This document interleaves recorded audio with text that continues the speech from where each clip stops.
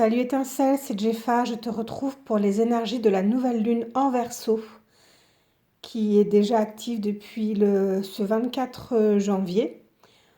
Pour ce tirage, j'ai utilisé l'oracle du soleil, la triade soutenue par le tarot de Marseille, le tarot apparition et l'oracle des runes.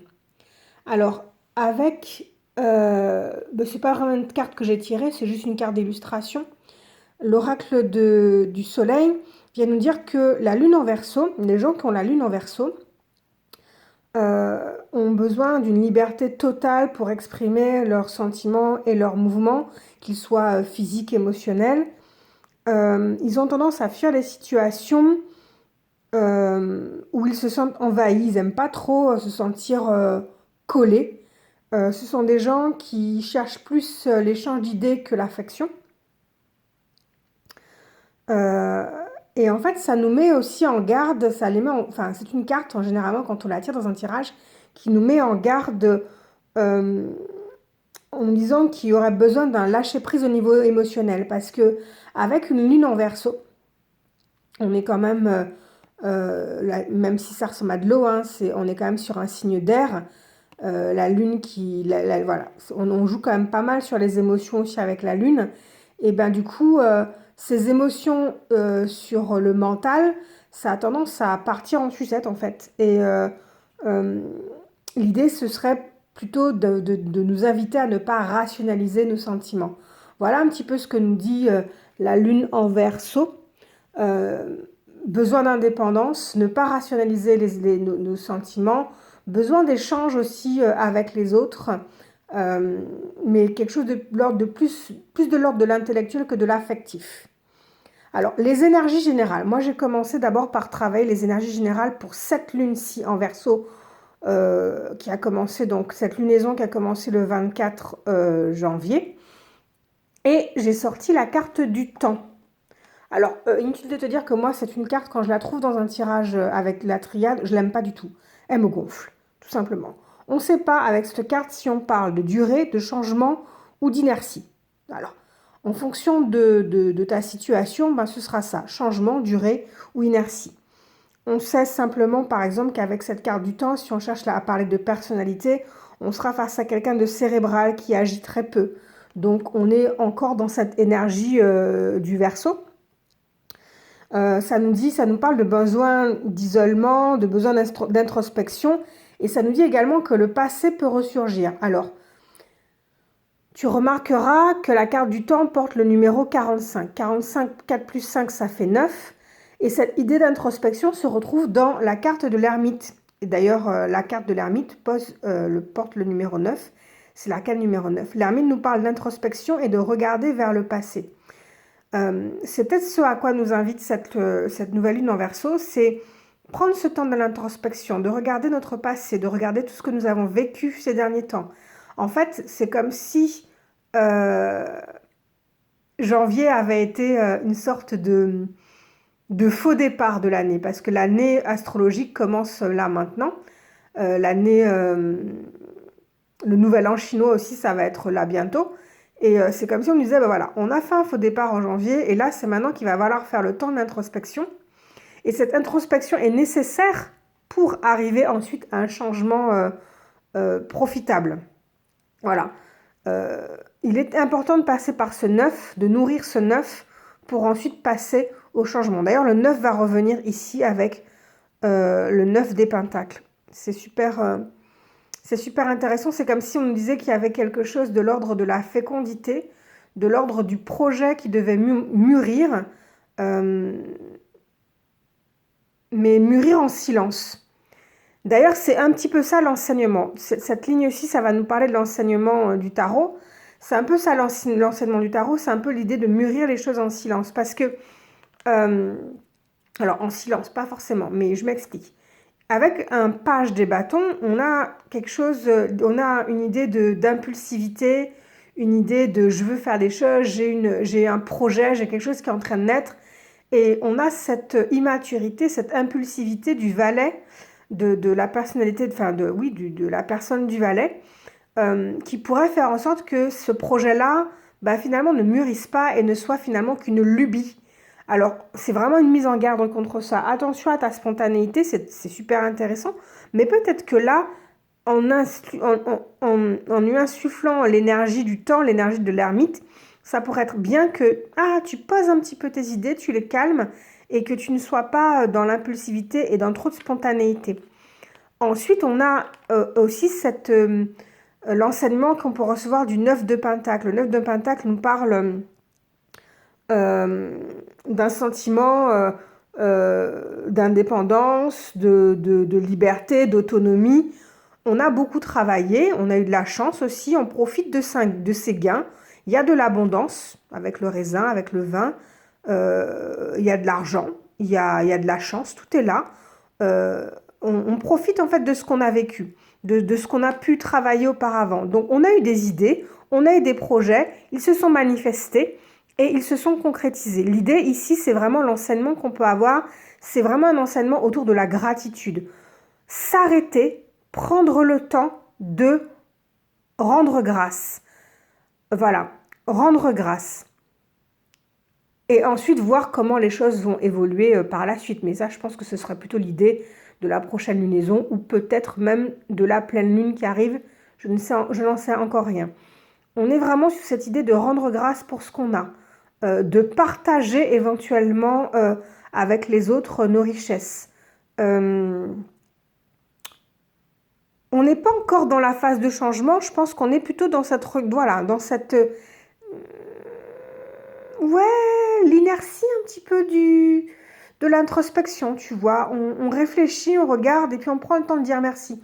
Parce que là, tu vois, on est dans les vœux de nouvelle lune, on aura tendance dans les vœux de nouvelle lune à dire je désire, alors c'est très mal formulé, hein, quand je dis je désire, je veux, j'ai besoin, c'est pile poil la façon de mal commencer un vœu de nouvelle lune. Mais ce que je veux dire par là, c'est que de toutes les manières, derrière ces vœux de nouvelle lune, il y a ce désir d'avoir quelque chose qu'on n'a pas. Or, pour le coup, cette lunaison nous invite à faire autre chose, c'est de rendre grâce pour ce qu'on a déjà, de regarder déjà les richesses que nous avons accumulées au cours de ces dernières années, de ces dernières semaines.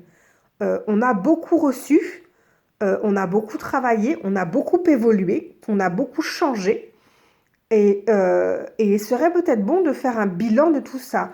D'ailleurs, avec une lune en Verseau, c'est un petit peu ce qu'on me dit. Euh, Sortir un petit peu de l'émotionnel, parce que je sais pas pour vous, mais moi je sais que quand la lune a commencé à monter, les émotions étaient quand même très très très fortes, avec beaucoup, en ce qui me concerne, beaucoup de colère parce que je laisse derrière moi des relations qui m'étaient chères, mais en même temps, si je dois me poser de manière pragmatique, ce sont des réelles victoires euh, sur mon chemin de vie. Donc, prendre le temps de se poser et de rendre grâce pour tout ce qu'on a accumulé de bien et pour toutes ces richesses que nous avons accumulées et qui sont déjà là. Voilà, la gratitude, c'est déjà finalement euh, recevoir, euh, prendre conscience de ce qu'on a reçu et donc recevoir ce qu'on a déjà. Ça semble bizarre à dire comme ça, mais voilà, médite-le. La gratitude, c'est recevoir ce qu'on a déjà. Je ne sais pas pourquoi, mais faut que tu l'entendes et ça a manifestement un sens que j'ignore pour l'instant parce que je trouve ça un peu débile, tu vois. C'est un petit peu, c'est du niveau des panneaux avec lesquels on nous spam sur Facebook là. La gratitude, c'est recevoir ce qu'on a déjà. Il y a un truc de juste dedans, mais en même temps, je trouve ça hyper débile. Je te laisse seul juge de cette histoire. Comment est-ce que cet enseignement pourrait se manifester? Dans quel domaine de notre vie cette gratitude-là, cette richesse-là pourrait se manifester? Eh bien, tout à l'heure, je te parlais de mon cas personnel où j'avais travaillé sur les liens que j'avais avec les personnes. Et c'est justement, finalement, ce que nous propose cette lunaison. Alors, il va de soi que j'aime beaucoup les runes, je trouve ça super intéressant. C'est très puissant, voilà, c'est génial. Par contre, je suis très très nulle en prononciation des runes. Donc, tu as le droit de rigoler, mais seulement si tu fais mieux. OK? Voilà. Donc, la première, elle s'appelle Perto. C'est celle-ci. C'est un mec qui est en train de marcher en équilibre sur un fil. Elle nous parle d'ouverture aux autres et au monde. Euh, et elle nous dit aussi qu'on ne prend des risques seulement si on sait qu'on peut réaliser nos désirs. Et bien en fait, finalement, c'est pile poil ce que le page de bâton nous dit. En fait, que tu as des désirs et il va falloir prendre des risques pour pouvoir les réaliser. Simplement, on te demande de prendre le temps, de ne pas te lancer à corps perdu. Et ce mec-là, sur son fil, ben, il prend un risque, c'est vrai, mais tu te rends compte que, vu le péril de la situation, il ne peut pas se précipiter non plus pour parcourir son chemin de funambule. Voilà, donc prends le temps, mesure un petit peu tes désirs, mesure les risques que tu dois prendre pour vraiment prendre la bonne décision et suivre le bon chemin. L'autre rune nous parle, alors c'est Wungo, Vungo, Vunjo, bref, j'en sais rien. C'est elle. Oh, qu'elle est belle, voilà, hein, qui nous parle de lien, qui nous parle de couple d'ailleurs aussi, hein. On ne comprend pas pourquoi le mec il est vêtu, pas la femme. C'est toujours comme ça, j'en ai marre. Ça nous parle de liens, de cultiver les liens sociaux. Ça, c'est pile poil ce que les Verseaux ils aiment faire. Voilà, on va être dans ces liens-là, dans ces liens sociaux, dans le fait de prendre le temps de les regarder, de les contempler, de les cultiver, mais d'un point de vue où on va devoir quand même séparer un petit peu l'émotionnel du mental, du cérébral. On va nous demander avec cette rune de trouver un équilibre dans les rapports affectifs et sentimentaux.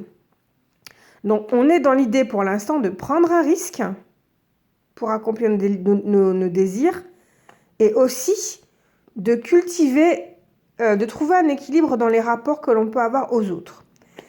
C'est quand même pas mal. Et bien cette dernière lame qui s'appelle Uruz, nous parle de libération des liens toxiques, mais aussi du courage, de la ténacité dont on peut avoir besoin pour accomplir des tâches qui sont pénibles. Et ben moi, je trouve que tout ça, là, ça nous parle effectivement de travailler. Alors, j'aime pas ce mot-là, travailler. Mais même, oui, je vais l'utiliser parce que je trouve que ça demande un effort et ça demande beaucoup de courage de travailler sur nos liens affectifs, les rapports que nous avons aux autres, que ce soit dans notre travail, que ce soit dans notre vie affective avec les camarades, les amis, que ce soit avec nos partenaires de vie, nos enfants, nos amoureux, peu importe. Parce que ça demande de prendre des risques pour se lancer dans une relation, ça demande de prendre des risques et d'avoir beaucoup de courage pour se sortir d'une relation quand elle est toxique, quand elle est difficile à vivre. Voilà. Là, on est réellement, on demande en fait au Verseau, à l'énergie du Verseau, là, va nous demander de nous arrêter, de prendre le temps, de réfléchir, de rendre grâce pour ce qu'on a déjà, mais également de mesurer. C'est quoi ce petit mesurer? De mesurer, je le refais en plus, hein, de mesurer. Je me marre toute seule en fait, faut que j'arrête.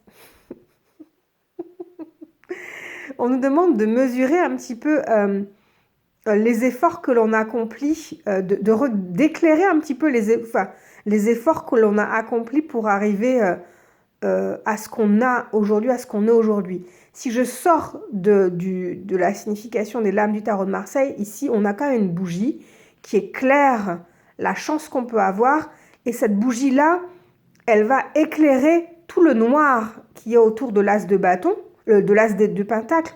On est vraiment en train d'éclairer, donner une nouvelle image à ce qu'on a déjà.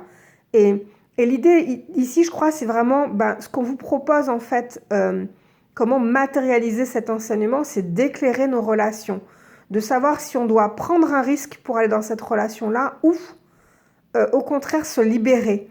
Et effectivement, dans les deux cas, on demande du courage, soit de prendre le temps, soit d'y aller, mais d'un coup sec. C'est pas évident de rompre une relation qui nous a tenu à cœur. On peut se poser aussi la question de comment rompre une relation avec un enfant ou un parent. Mais crois-moi, c'est possible. Si tu veux, si ça te semble nécessaire, on peut prendre rendez-vous pour en discuter. je pense pouvoir dire que je fais ça super bien. Accompagner les situations de sortie de dépendance affective, que l'on soit dans le cadre du dépendant affectif que de l'autre personne qui a effectivement besoin de reconnaissance et qui se laisse finalement phagocyter par la dépendance affective de la personne en face d'elle. Donc, d'un côté, tu prends des risques en allant vers les autres. De l'autre côté, tu te défais d'une situation. En tout cas, il y a un équilibre à trouver euh, euh, dans tes relations. Je ne sais pas quoi rajouter de plus, hein, si ce n'est voilà, te dire que bon courage. Bon courage. Bon courage pour ce temps d'introspection. Bon courage pour regarder autrement tes ressources et rendre grâce. Rendre grâce pour les amis fidèles, sincères que tu as déjà, pour ceux qui t'aident à prendre des risques, pour ceux qui t'aident à te libérer, pour ceux avec qui tu as des relations qui sont justes aussi, des relations des relations qui te nourrissent, parce que c'est important. Pas des relations qui te pompent en te faisant miroiter le fait que tu es quelqu'un de formidable, alors que la personne en fait en face elle t'apporte pas grand-chose dans ta vie. Tu peux avoir pas mal de mal à dire, qu'est-ce que si tu fais le recul, tu prends le recul, te demander, mais qu'est-ce qu'elle m'a réellement apporté, mis à part beaucoup de fatigue, beaucoup de fatigue. Voilà. Donc, bonne lunaison. On se retrouve déjà lundi matin pour la guidance hebdomadaire. On se retrouve ensuite pour la lunaison, pour la pleine lune qui arrive bientôt, dans 15 jours. Moi, de mon côté, je vais essayer de nourrir un petit peu plus mon blog. J'ai envie de vous parler de dépendance affective, j'ai envie de parler de solitude. Je ne sais pas encore sous quel format je vais faire ça, si c'est une vidéo ou si c'est un article, mais j'ai vraiment à cœur de vous parler du tarot et des énergies de l'année 2020. Il n'est pas trop tard. Tu peux retrouver d'ailleurs mes énergies mensuelles sur Instagram, exclusivement sur Instagram. Donc pour tous les mois, j'ai fait un petit tirage sympa que tu peux retrouver avec 2 très beaux oracles. Que te dire de plus? À très bientôt. Salut étincelle!